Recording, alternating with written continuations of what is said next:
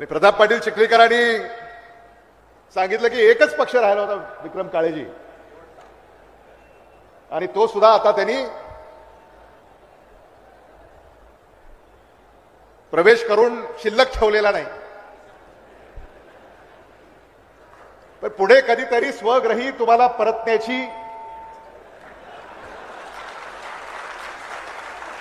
ओढ लागलीच.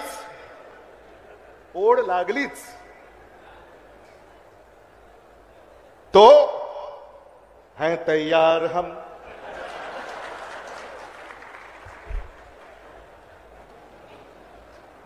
आदरणीय बळवंतराव चव्हाण, आदरणीय वसंतराव चव्हाण यांच्या पूर्ण आकृती पुतळा अनावरण सोहळा ज्यांच्या शुभ हस्ते आणि ज्यांच्या प्रमुख उपस्थितीमध्ये या परिसरामध्ये संपन्न झाला. आदरणीय वसंतराव चव्हाण आपल्यातून निघून गेले. दुःखाचं डोंगर चव्हाण कुटुंबियावर आणि आपल्या सगळ्यांवर कोसळलं. आज 1 वर्ष त्याला पूर्ण होत आहे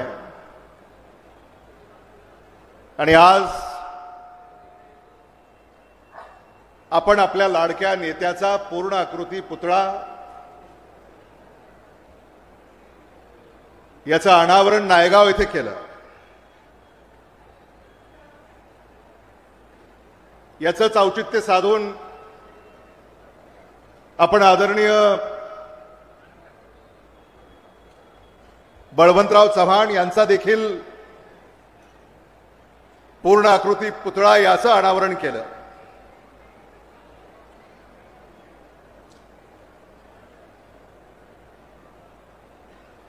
वसंतराव चव्हाण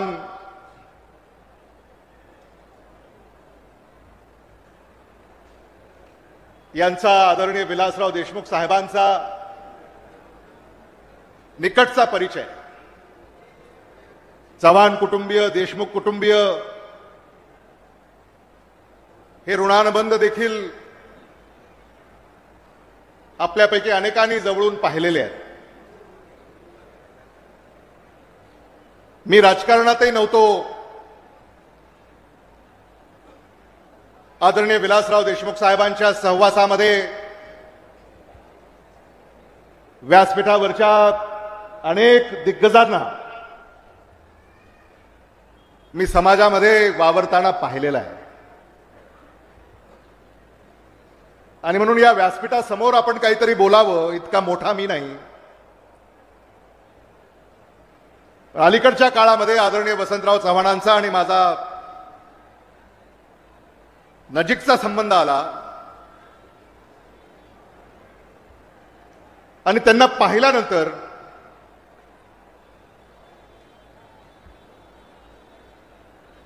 सामान्यांचा असामान्य नेता असं जर मी वर्णन त्यांचं केलं तर ते अतिशोक्तीचं होऊ नये. आजही मी इथं आल्यानंतर पाहतोय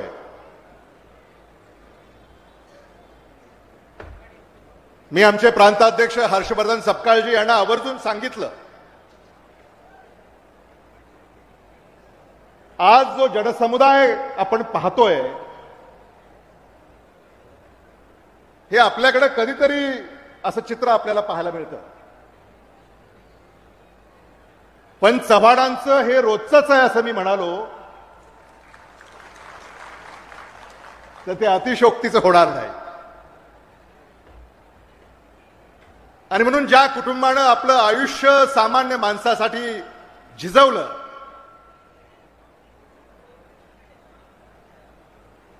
आदरणीय बळवंतराव चव्हाण, आदरणीय वसंतराव चव्हाण, आदरणीय रवींद्र चव्हाण, आणि ही मालिका आता थांबणार नाही रवींद्र चव्हाण याची काळजी तुम्हाला घ्यायची आहे.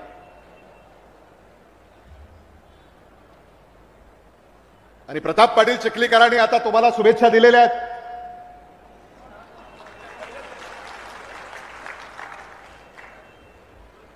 म्हणजे अजानन नाताला शुभेच्छा दिलेल्या आहेत. आणि गोपछडे यांच्या शेजारी बसून या शुभेच्छा तुम्हाला मिळालेल्या आहेत. त्यामुळं मला आता तुमच्या राजकीय प्रवासामध्ये कुठे अडथळा येईल असं मुळीच वाटत नाही. आणि आदरणीय अशोकराव चव्हाणांनी देखील पक्ष वेगवेगळे असले तरी कौटुंबिक नात्याला त्यांनी उजाळा दिलेला आहे. त्यामुळे खरं म्हणजे ही वाढ वडिलाची पुण्याई आहे. वाढ वडिलाची पुण्याई तुम्हाला लाभलेली आहे. आणि हा जो वारसा आहे, हा जो वसा आहे, ही जी शिदोरी आहे, ही तुम्हाला येणाऱ्या काळामध्ये पुढे घेऊन जायची आहे. आणि ते हे सामान्य माणसासाठी पुढे घेऊन जायचे हे मला मुद्दामून या ठिकाणी सांगायचं. तुमच्यापैकी प्रत्येकाला मला हे आवर्जून सांगावं असं वाटतं की रवींद्र चव्हाण आता काही हा साधा माणूस राहिलेला नाही आहे.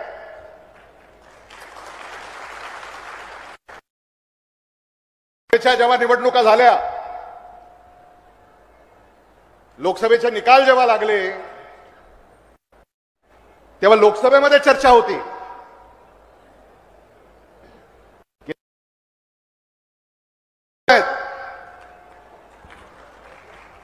चर्चा होती.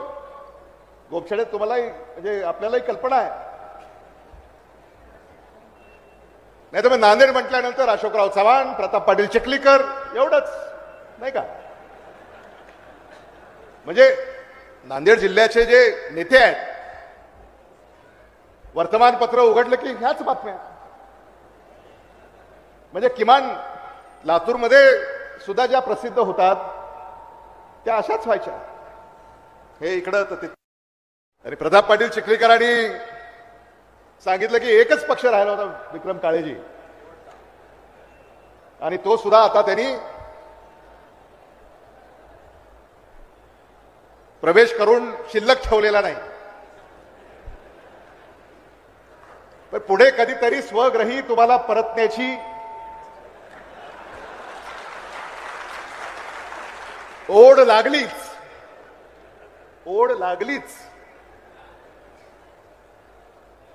तो है तैयार हम.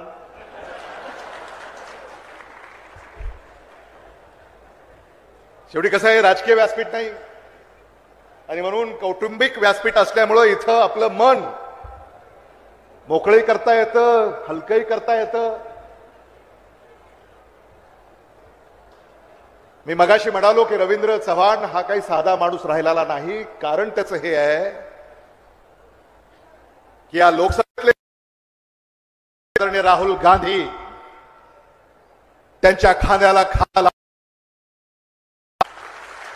हा नायगावचा भूमिपुत्र, नांदेडचा खासदार आता देशामध्ये एक लढा उभा करतोय. आणि मी तुम्हाला आज इथं या ठिकाणी खात्री देऊ इच्छितो की येणाऱ्या अशोकरावजींनी सांगितलं की काय सांगितलं, आज एकाची सत्ता आहे तर उद्या दुसऱ्याची आहे. त्यामुळे आज कोणाची आहे तुम्हाला माहिती आहे, उद्या कोणाची असणार आहे हे मी तुम्हाला सांगायची गरज नाही. त्यामुळं येणाऱ्या काळामध्ये नांदेडचा आणि मराठवाड्याचा चेहरा मोहरा बदलण्यामध्ये भूमिका असेल.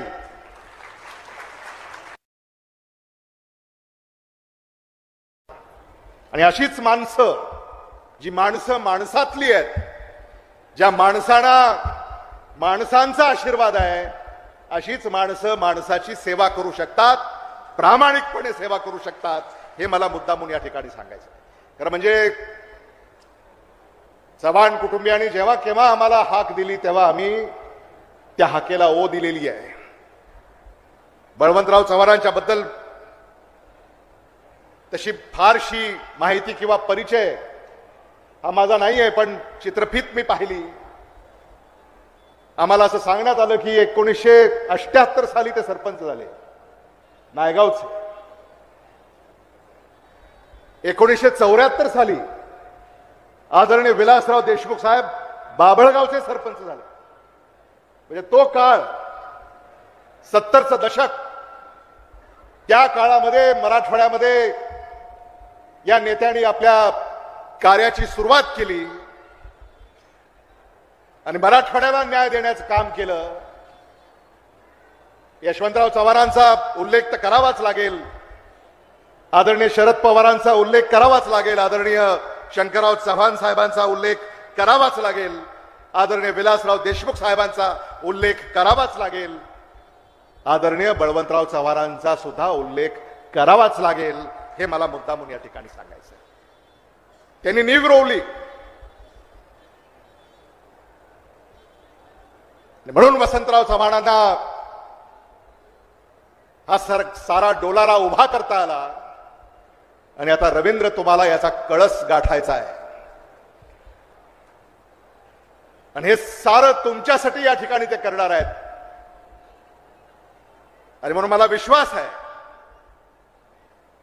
की हा नायगावचा सुपुत्र आणि हा अनंत काळ सुरू ठेवण्यामध्ये रवींद्र चव्हाण आणि चव्हाण कुटुंबीय तसूभरही कमी पडणार नाही. हे मला मुद्दामून या ठिकाणी सांगायचं. आदरणीय छत्रपती शाहू महाराज आपण वेळात वेळ काढून या ठिकाणी आला, त्याला मानाचा मुजरा करतो.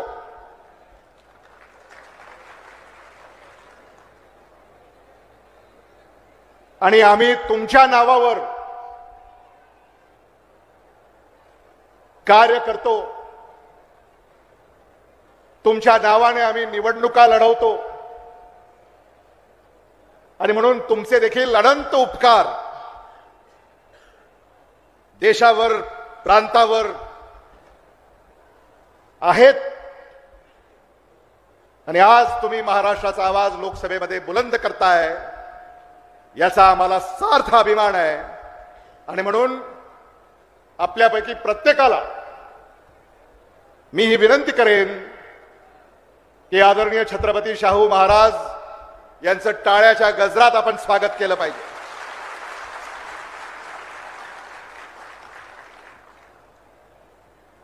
मी आपले आभार मानतो की आमचे मराठवाड्याचे खासदार रवींद्र चव्हाण असतील, कल्याण काळे असतील, डॉक्टर शिवाजी काळगे असतील, गोपछडे जे असतील, हे सारेच आपल्या तत्वावर मार्गक्रमण करतायत. आणि म्हणून आपले विशेष आभार या निमित्ताने मी या ठिकाणी व्यक्त करू इच्छितो. आपण सगळे मोठ्या संख्येने या ठिकाणी उपस्थित राहिल्याबद्दल आज आपण आपल्या नेत्याला अभिवादन करण्यासाठी हजारोच्या संख्येने या ठिकाणी उपस्थित राहिला. मला खात्री आहे की आदरणीय वसंतराव चव्हाण साहेब जिथे असतील तिथून हे दृश्य पाहत असतील आणि त्या गगनातून त्यांचं स्मित हास्य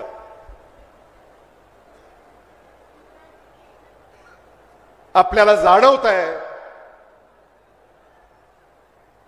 आणि म्हणून त्यांच्या आत्म्यास चिर शांती लाभो. आणि आदरणीय वसंतराव चव्हाण, आदरणीय बळवंतराव चव्हाण यांनी जे कार्य या भागामध्ये उभं केलं ते कार्य असंच पुढे नेण्याची शक्ती तुम्ही सारे खासदार रवींद्र चव्हाण यांना द्याल अशी आपल्या चरणी प्रार्थना करतो आणि थांबतो.